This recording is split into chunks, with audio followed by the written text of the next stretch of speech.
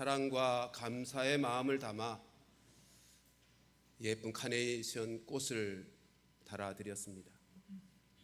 예쁜 카네이션 꽃을 다신 우리 부모님들, 환한 모습들, 행복해하는 모습들로 인해서 온 교회가 밝고 환해진 것 같아 참 감사하게 됩니다. 여러분, 가슴에 꽃을 다신 부모님들과 그리고 이 자리에 있는 우리 모두가 다 함께 어버이 주를 맞아서 우리도 또한 우리 모두가 다 같이 감사와 사랑의 마음을 담아 예쁜 카네이션 꽃을 달아드려야 되는 분이 한 분 계십니다. 누구시죠? 하나님 아버지이십니다. 십자가의 은혜와 말씀으로 우리를 낳아주신, 하나님의 자녀로 낳아주신 은혜, 그리고 변함없는 사랑으로 우리를 돌보시는 우리의 하나님 아버지. 그런데 그 하나님 아버지는 영이신 분이셔서 우리의 눈에 보이지 않는 분이신데 어떻게 그러면 하나님의 가슴에 꽃을 달아드릴 수 있겠습니까? 영이신 하나님, 눈에 보이지 아니하는 하나님, 그 하나님 아버지의 가슴에도 우리가 예쁜 카네이션 꽃을 달아드리고 싶은데, 여러분, 그것은 하나님께서 당신의 대리자로 세우신 부모님, 육신의 부모님, 그 부모님에게 효도하는 것, 그 부모님을 하나님의 말씀대로 공경하는 삶을 사는 것, 그게 하나님의 가슴에 예쁜 카네이션 꽃을 달아드리는 것입니다. 어버이 주일을 맞이했습니다.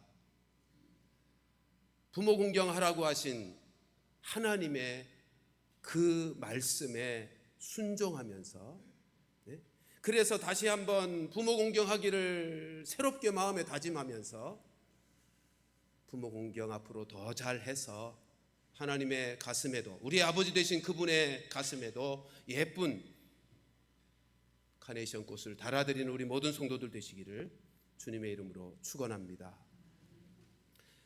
여러분, 부모 공경은 인생을 살아가면서 우리 모두가 다 마땅히 해야 될 삶의 도리입니다. 그리고 하나님이 명령하신 삶의 기본입니다. 황새와 까마귀는요, 자기 어미새가 먹이 활동을 하지 못하게 되면 그 어미새를 자기의 둥지에 모셔다가 놓고 먹이를 물어다가 봉양하는 새들입니다. 참 기특한 새들이죠. 효도하는 새들입니다. 여러분, 한낱 미물에 불과한 새들도 부모에게 그렇게 공경할 줄 아는데 인간이 되어가지고 부모 공경을 외면했어야 되겠습니까? 우리가 이 세상 살면서 우리에게 베푸신 가장 큰 은혜는 하나님으로부터 온 은혜입니다. 그런데 하나님 말고 어머니, 부모님의 은혜 외에 더 큰 은혜가 이 세상에 또 있을까요? 부모님들의 은혜라고 하는 것은 샘솟듯 하는 샘물같이 마르지 않는 사랑으로 자녀들을 끝까지 사랑하시는 부모님들의 은혜가 아닐 수 없습니다. 그런데도 불구하고 여러분, 그렇게 사랑하시는 부모님이 나이가 드시고 늙어지시면 힘을 잃어버리죠. 삶의 모든 부분에 있어서 힘을 잃어버리셔서 우리가 어린 아이들을 돌보듯 돌봐드려야 될 때가 옵니다. 그럴 때 우리는 부모님을 공경하게 되는데, 부모 공경할 때 부모님의 마음을 헤아려서 부모님 편에 서서 어떻게 공경해야 될지를 헤아리며 공경해야 됩니다. 내 생각대로, 내 상황대로, 내 느낌대로 그렇게 말하고 행동하며 부모를 공경한다고 하면 여러분, 부모님이 돌아가신 다음에 가슴 아파하는 후회를 하게 될 것입니다. 나의 늙은 아버지를 귀찮게 여기는 한 아들이 있었습니다. 아버지는 자꾸 늙어가시면서 몸에 여러 가지 기능들이 약해지셨고 기억력도 점점 잃어가고, 그리고 했던 말 또다시 반복하고는 하셨습니다. 어느 날 아들이 병원에 계신 아버님을 찾아 방문하고 아버님과 함께 병원 안에 있는 야외 벤치에 나란히 앉았습니다. 조용히 앉아있는 아버지 옆에서 아들은 책을 읽고 있었죠. 잠시 후에 벤치 앞에 있는 나무에 새가 날아와서 앉습니다. 그러자 아버지가 아들에게 묻습니다. 저 새가 무슨 새야? 아들이 대답합니다. 흘낏 쳐다보고는 참새예요, 아버지. 좀 있다가 아버지가 다시 묻습니다. 저 새가 무슨 새지? 그러자 아들이 인상을 찌푸리며 미간을 찌푸리며 귀찮다는 듯이 말씀드렸잖아요, 참새요. 근데 조금 있다가 아버지가 또다시 묻습니다. 저 새가 무슨 새니? 이 아들이 버럭 화를 냅니다. 제가 몇 번이나 말씀드려야 돼요, 참새라니까요. 큰 소리로 화를 내자 아버지가 깜짝 놀라고는 잠시 후에 멍한 눈으로 아들을 쳐다보다가 그만 고개를 떨구고는 아무 말씀도 하시지 않습니다. 며칠이 지난 다음에 아버지가 돌아가셨습니다. 돌아가시고 나서 아들이 장례를 모신 후에 아버지의 유품을 정리하다가 오래전에 아버지가 쓰신 빛바랜 일기장을 발견합니다. 그래서 일기장을 뒤적거리다가 자기 어릴 때 기록한 아빠의 일기를 읽게 됩니다. 거기에는 이렇게 기록되어 있었습니다. 오늘은 어린 아들과 함께 공원에 나갔다. 아들은 공원에서 마냥 기뻐 뛰어논다. 그러다가 앞에 나뭇가지에 앉아있는 새를 보고는 나에게 물었다. 아빠, 저 새가 무슨 새예요? 저 새는 참새란다. 조금 있다가 아들이 또다시 흥미진진한 눈초리로 나에게 물었다. 아빠, 저 새가 무슨 새예요? 그날 아들은 나에게 21번이나 흥미진진한 눈초리로 그 새가 무슨 새인지를 나에게 물었고, 나는 그때마다 자상하게 대답해 주었다. 아들은 행복해했고 기뻐했으며 즐거워했다. 그 일기를 읽던 아들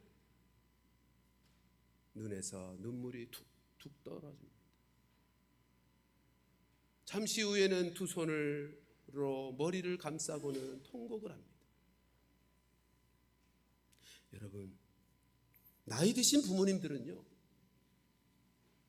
몸의 많은 기능들을 잃어버리고요, 기억도 상실하고요, 그래서 돌봐야 될 어린아이처럼 돼 가시는 분들입니다.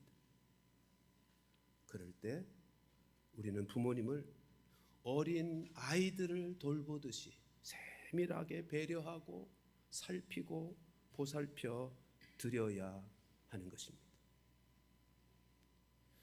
적어도 부모님들이 우리에게 베풀어 주신 그 사랑의 10분의 1만이라도 부모님을 배려하고 사랑으로 돌아보면 부모님들은 행복한 노년을 보내게 될 것입니다.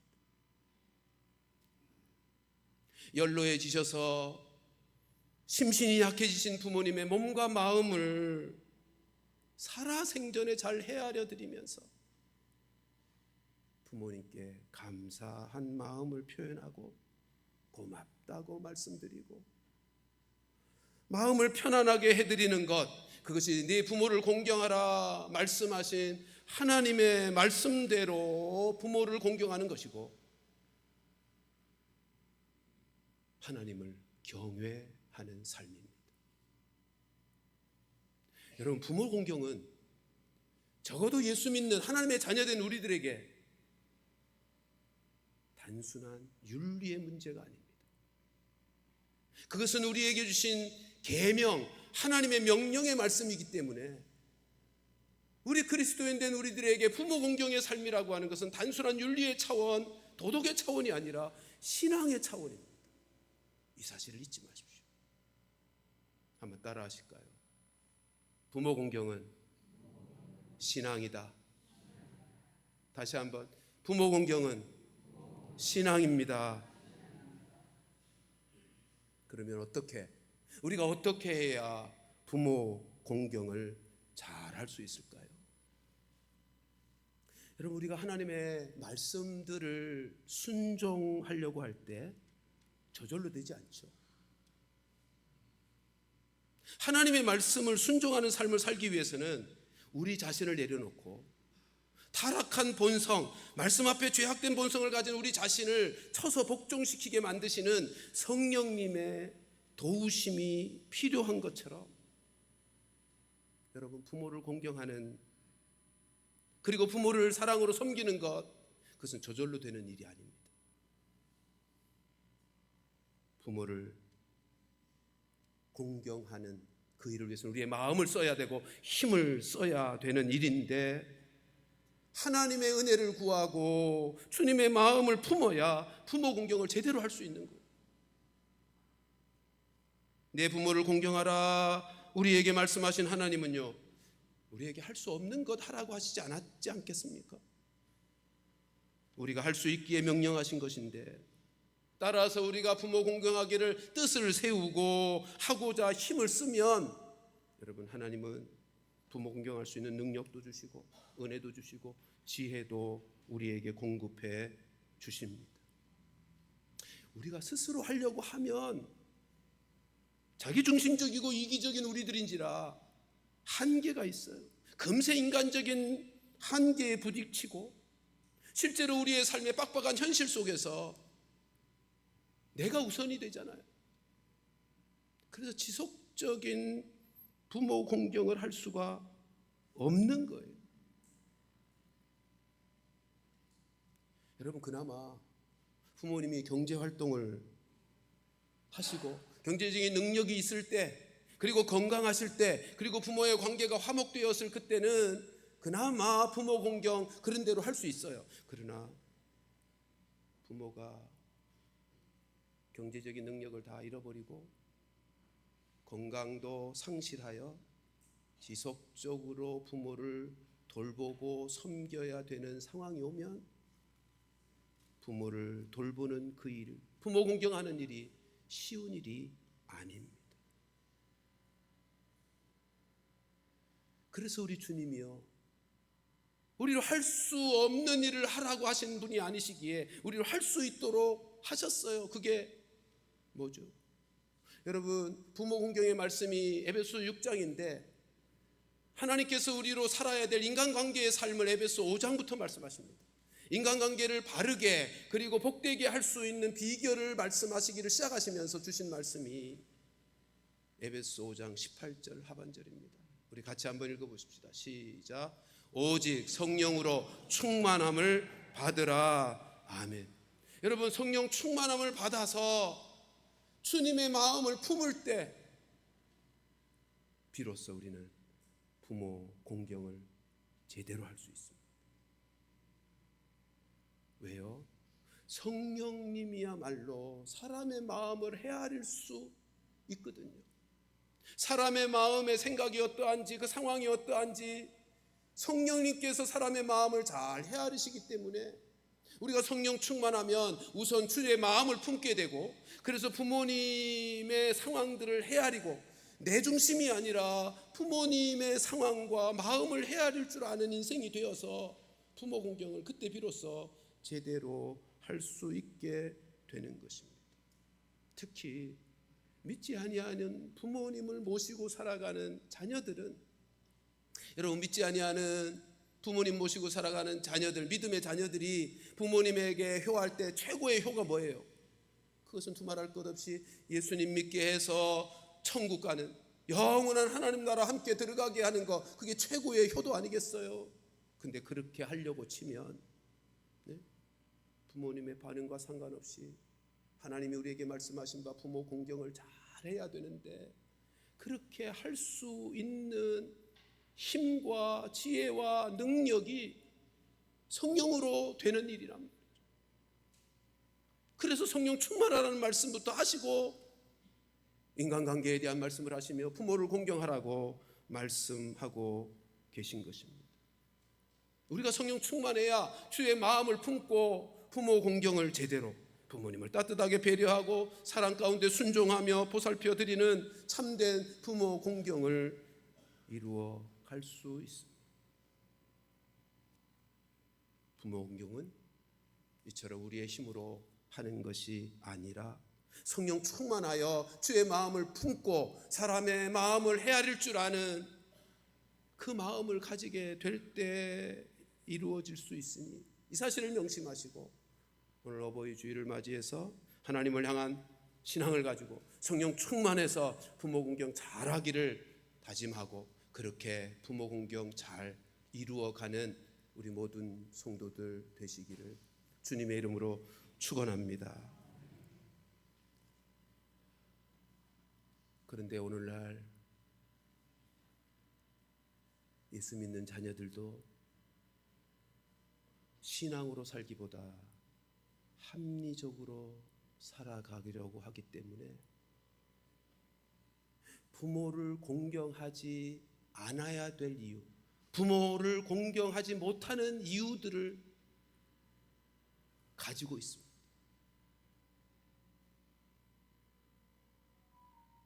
부모를 공경하지 못할 이런 이유, 내가 이래서 부모를 공경할 수 없는 거야, 저래서 나는 부모를 이렇게 공경할 수 없는 거지, 그러면서 부모 공경하지 않는 자기를 합리화시키고 있습니다. 여러분, 하나님은요, 어떤 부모를 공경할 것인가에 대하여 아주 단순하고 분명하게 말씀하셨습니다. 오늘 본문 다시 보실까요?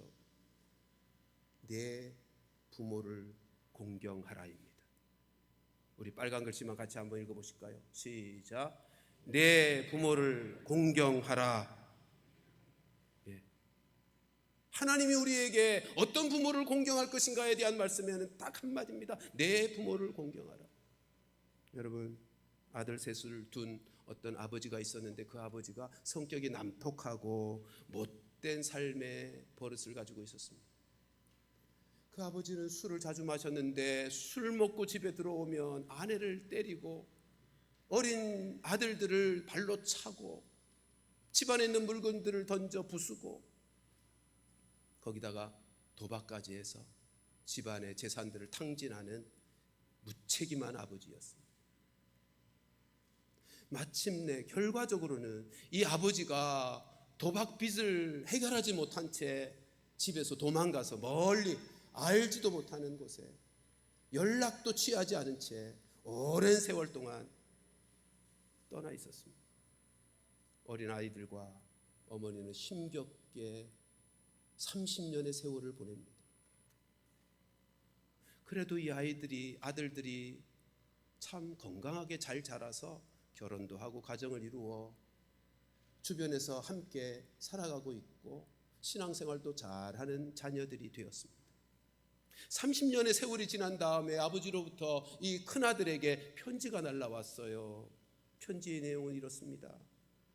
미안하다라고 하는 말과 함께 이제 내가 병들어 죽을 날이 며칠 남지 않은 것 같다. 그러니 내가 죽은 다음에 나를 고향 땅에 묻어다오라고 하는 부탁의 편지였습니다. 형이 두 동생을 불러서 의논합니다. 어떻게 하면 좋겠니? 동생들이 난 안 싫어. 그 사람이 어떻게 우리 아버지야? 우리를 어릴 때 그렇게 때리고 집안을 이렇게 만들어 놓고 떠나버린 난 그 아버지 그렇게 장례를 모실 수 없어. 난 싫어. 난 안 해. 두 동생이 똑같이 거절합니다. 그래서 이 맏아들이, 큰아들이 혼자 아버지를 찾아갔습니다. 갔더니 병원에서 알코올 중독자로 몸은 쇠약해질 대로 쇠약해져 있어서 며칠 지나지 않아 숨을 거두었습니다.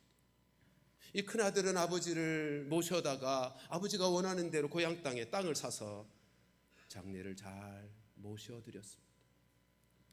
그리고 나서 삼형제가 다시 만났죠.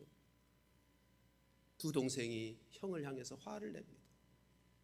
형은 바보야? 그 사람이 뭐라고 돈 들여가며 땅을 사서 장례를 모시다니 형은 바보인 거야.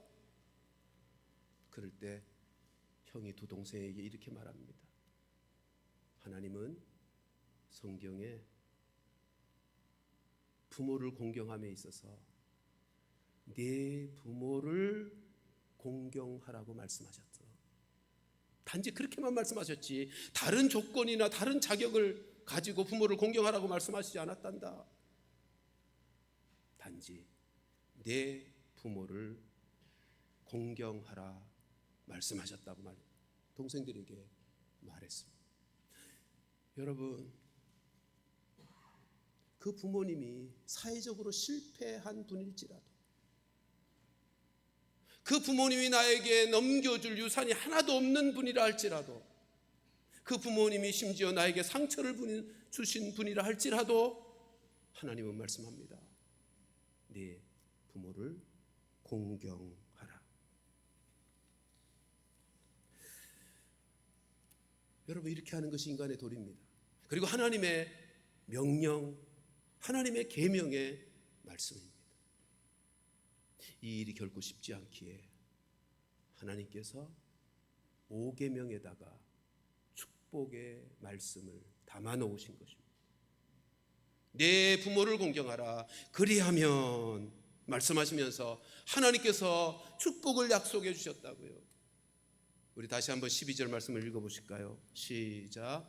내 부모를 공경하라. 그리하면 내 하나님 여호와가 내게 준 땅에서 내 생명이 길리라. 아멘. 여러분, 이 말씀은 한마디로 말하면 이 땅에서 잘 살게 된다는 거 아닙니까? 에베소 6장에서 표현하고 해석한 것처럼 이 땅에서 잘 되는 복을 누리게 된다는 것입니다. 이조시대 숙종시대 때 개성의 주변에 한 유명하게 소문난 가난한 효자가 있었습니다. 그 동네로 숙종 임금님이 행차하시겠다는 소식이 전해졌어요. 그러자 이 어머니가, 가난한 효자 어머니가 아들에게 부탁합니다. 나 임금의 행렬을 좀 보고 싶어. 그랬더니 이 아들이 어머니를 지게에 지워 모시고는 행렬에 참여했습니다. 임금이 지나가다가 그 가난한 효자의 모습을 보고는 불러 사연을 물었죠. 그리고 이야기를 듣고 나서 임금이 그에게 상을 내렸습니다. 숙종왕이 그에게 소 한 마리와 쌀 10가마를 주라고 했습니다. 그러니까 이 가난한 효자가 어머님 한번 모시고 나갔다가 살 길이 열린 거예요. 지독하게 가난했던 아들인데 소 한 마리와 쌀 10가마로부터 시작해서 살 길이 열렸어요. 여러분, 이 소식을 들은 이웃 마을의 소문난 불효자가 자기도 임금이 주시는 상을 받아야 되겠다고 벼르게 되었습니다. 그리고 얼마 지나지 않아 임금님이 자기 동네도 지나간다 하는 소식이 전해졌죠. 근데 이 불효자가 병석에 누워있는 어머니를 강제로 지게에 지워서 모셔고 임금이 행차할 그 거리로 나가 가장 눈에 잘 띄는 자리를 잡고 앉았습니다. 임금이 지나가시다가 그도 주목하여 보시고는 사연을 묻습니다. 그 모습을 보던 그 마을의 원님이 임금님에게 이렇게 말합니다. 임금님, 저놈은 소문난 불효자입니다. 벌을 주셔야 됩니다. 그러자 임금님이 이렇게 대답했습니다. 아니다. 저에게도 똑같이 상을 주어라. 소 한 마리와 쌀 10가마를 그에게도 상으로 내어주거라. 그러면서 의미 있는 한마디의 말을 덧붙였습니다. 효도는 흉내내기도 어려우니라. 여러분, 이 임금님이 참으로 지혜로운 임금님입니다.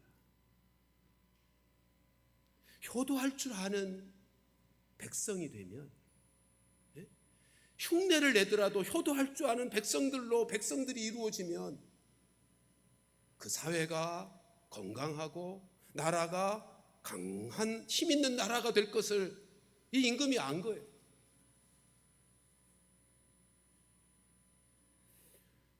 우리 하나님께서도 이 땅에 하나님 나라를 세우시면서도 그 백성들이 하나님을 경외하고 부모를 공경할 줄 아는 사람이 되면 하나님 나라가 아름답고 힘 있는 나라로 세워질 줄을 아셨기에 우리 하나님의 1계명부터 4계명까지 하나님 경외하는 도리를 가르쳤을 뿐만 아니라 5계명부터 10계명까지는 인간의 도리를 가르치실 때 가장 앞세워서 부모 공경의 도리를 가르치셨고요. 그리고 그 5번째 부모 공경의 계명에만 축복의 약속을 담아 놓으셨습니다.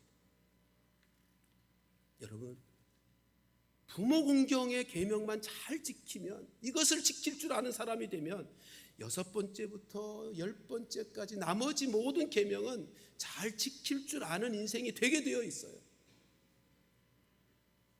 하나님은 그것을 너무도 잘 아시기에 부모 공경의 계명을 명령하시면서 거기에 축복을 담아 놓으신 것입니다.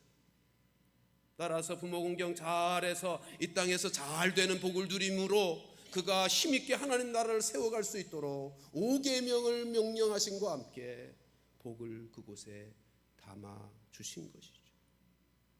그러므로 사랑하는 성도들이여, 다른 곳에서 복을 받으려 하지 마시고요, 우리가 앞으로 다른 곳에서 복을 받으려고 계획하지 마시고요, 복의 근원 되신 하나님께서 주시는 복의 원리를 따라서 부모 공경 잘해서 하나님이 주시는 복을 받아 이 땅에서 잘 되는 인생을 살아가게 되고, 그로 말미암아 하나님 나라를 힘있게 아름답게 세워가는 축복의 성도들 다 될 수 있기를 주님의 이름으로 축원합니다.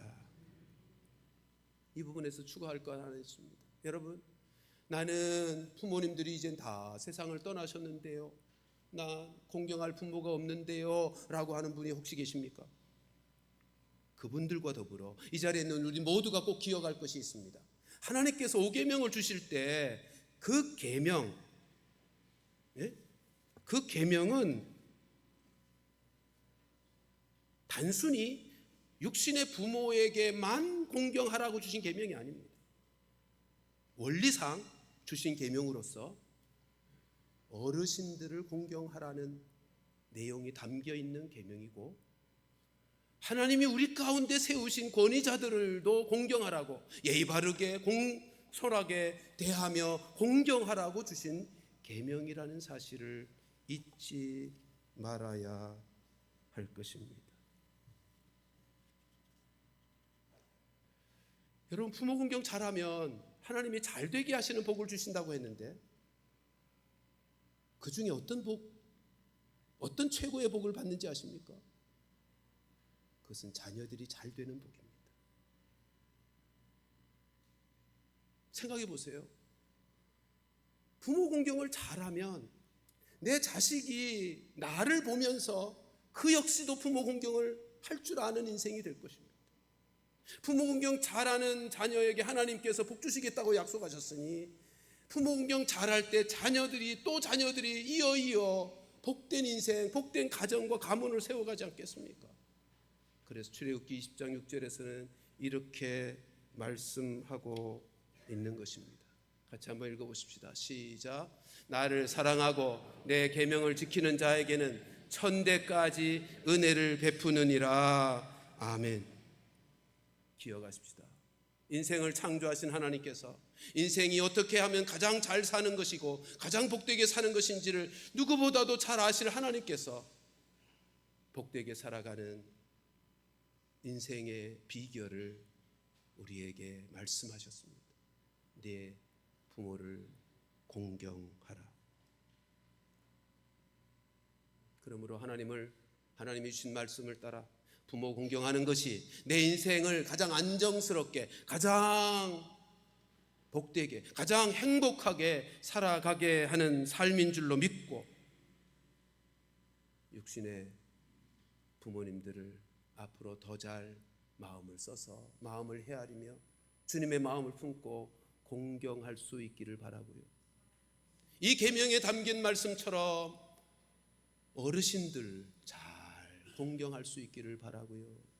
우리 가운데 세운 권위자들, 순원들은 순장을, 교회 안에는 질서를 따라 장로님, 영적 리더들을, 그리고 나라에서도 사회에서도 권위자들을 예의 바르게 공손하게 공경할 줄 알아서 하나님께서 우리에게 주시는 이 땅에서 잘되게 하시는 복, 이 어려운 시대에 우리의 살 길을 열어주시는 하나님의 축복을 누리고 함께 하나님 나라를 아름답게 세우는 일에도 쓰임받게 되는 우리 모든 성도들 다 될 수 있기를 주님의 이름으로 축원합니다. 기도하십시다. 우리 함께 기도할 때 하나님, 부모 공경이 단순한 윤리의 차원이 아니라 우리에게는 신앙의 문제인 것을 기억하고 내 부모를, 내 아버지와 내 어머니를 공경하라 하신 주님의 명령의 말씀 힘써 지켜가도록, 내 의지로 내 힘으로 타락한 내 본성으로는 제한적일 수밖에 없는데 성령의 도우심을 구하며 성령의 인도하심을 따라서 부모 공경 잘해서 약속하신 축복 누리며 살게 해달라고, 우리 자녀를 가장 복되게 살아가게 하는 비결 중에 하나가 우리가 부모님을 잘 섬기고 공경하여 살아가는 삶입니다. 부모를 공경하라 하신 말씀에 순종해서 우리의 자녀들이 잘 되는, 천대까지 이르러 하나님의 축복과 은혜 속에 살아가는 귀한 복을 누리게 해달라고, 우리 시간 우리 자신과 우리의 가정을 하나님께서 그렇게 복되게 하시는 은혜를 힘있게 해달라고 은혜를 구하며 함께 기도하겠습니다. 하나님 아버지, 은혜 베푸시옵소서.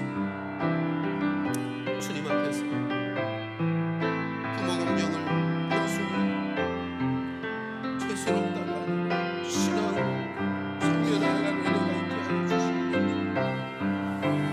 주님 우리에게 성령의 도우심이 필요한 성령의 능력을 주옵소서. 늘 잘하옵소서.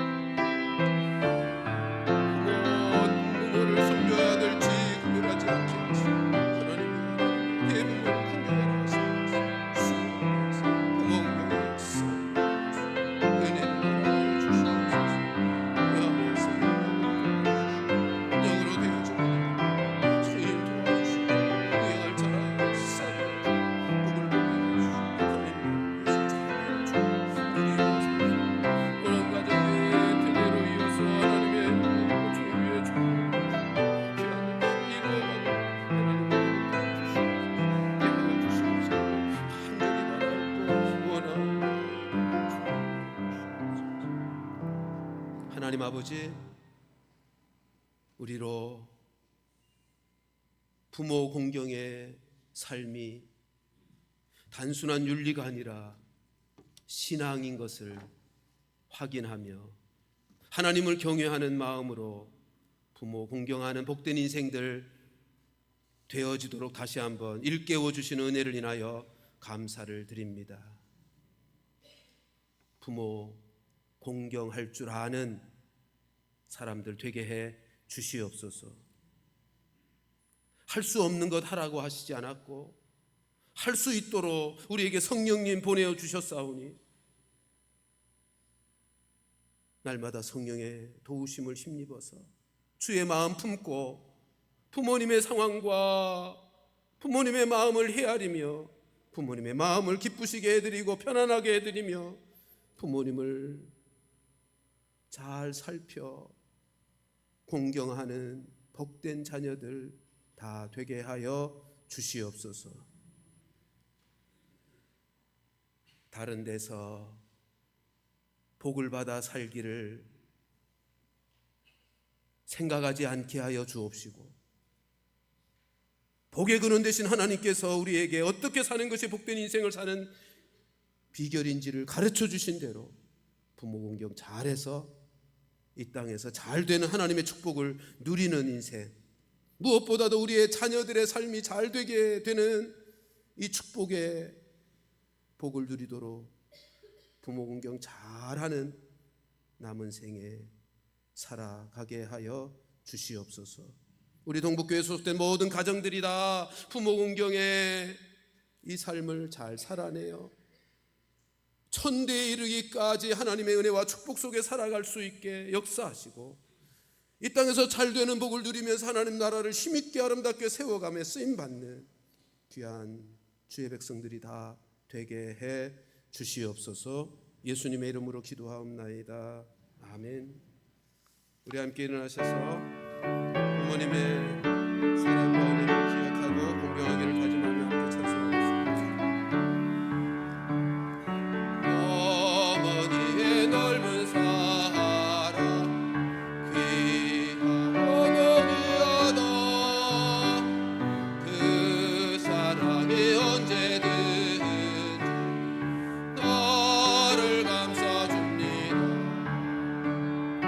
내가 올 때 어머니는 적게 기도드리고,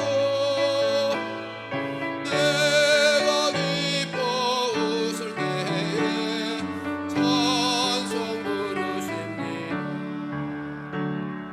아침 저녁 읽으시다 어머니 성경책, 손때 남은 구절마다 모습 본능합니다.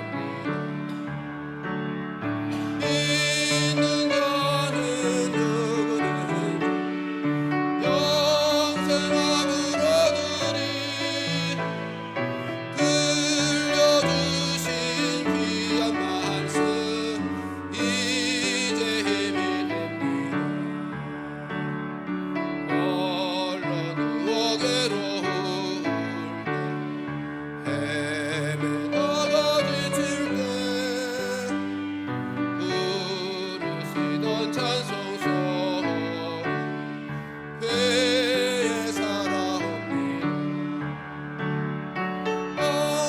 안속에서 샘물 나고 방부제가 피니 예수님과 동행하며 두려울 것 없어라. 온유하고 겸손하며 올바르고 굳세게 어머니의 뜻 받들으 보람있게 풍성하는 세상에 선한 싸움 싸우다 생명신의 흐르는 곳 그를 함께 살리라. 지금은 우리 주 예수 그리스도의 은혜와 하나님 아버지의 크신 사랑과 성령님의 교통하심이 내 부모를 공경하라 말씀하신 하나님의 말씀에 아멘 하고, 어떤 상황에서도 어떤 경우에서도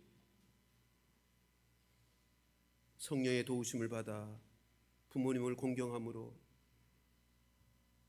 하나님께서 이 땅에서 잘 되게 하시는 축복을 대대에 이어 누리며 살게 되기를 원하는 사랑하는 모든 성도들, 그리고 저들의 가정, 그리고 이 제단 위에 이제로부터 영원토록 함께 있을지어다. 아멘.